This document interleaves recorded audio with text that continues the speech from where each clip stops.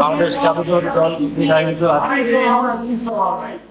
রাষ্ট্র কাঠামো মেরামতের একটি দফা কর্মসূচির আলোকে আজকে যে দিনব্যাপী লালমনিরহাট জেলা বিএনপি কর্তৃক আয়োজিত আলোচনা চলছে। আমরা বাংলাদেশ জাতীয় দল, আমি একজন কর্মী হিসেবে স্বেচ্ছাসেবক দল লালমনিরহাট জেলা শাখা স্বেচ্ছাসেবক দলের সাধারণ সম্পাদক। আমি মনে করি যে বাংলাদেশের রাজনীতির যে সংকট, নির্বাচনের যে ব্যবস্থা, জনগণের যে আকাঙ্ক্ষা, একমাত্র বিএনপি বাংলাদেশ জাতীয় দল এবং তারেক রহমানের যে 31 দফার ভিত্তিতে যে এটা বাস্তবায়ন ছাড়াই এসব সংকট এবং সমস্যার সমাধান করা সম্ভব বলে মনে করি।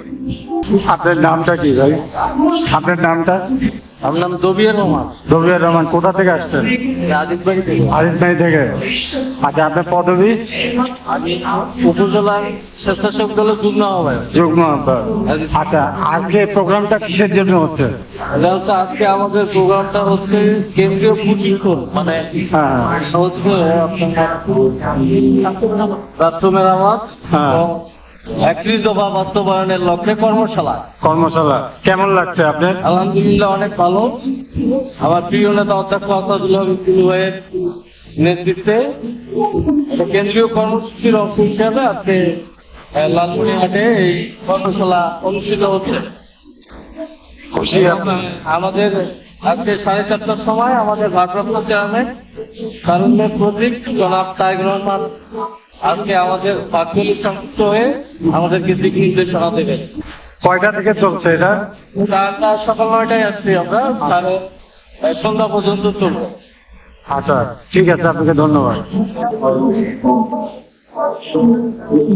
দর্শক মন্ডলী, আজকে আমাদের লালমনিরহাট জেলা বিএনপি কর্তৃক আয়োজিত জনাব তারেক রহমানের 31 দফা রাষ্ট্র কাঠামোর উন্নয়ন এবং কিভাবে কর্মকাণ্ড পরিচালনা হবে তার উপর ভিত্তি করে আজকে আমাদের কর্মশালা সকাল 9টা থেকে এখন অবধি বিকাল 5টা প্রায় বেজে গেছে, আরো কিছুদিন চলবে।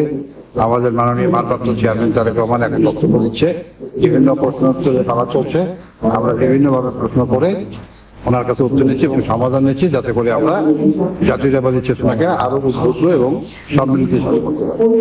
ধন্যবাদ। কর্মশালাটা কেমন লাগলো?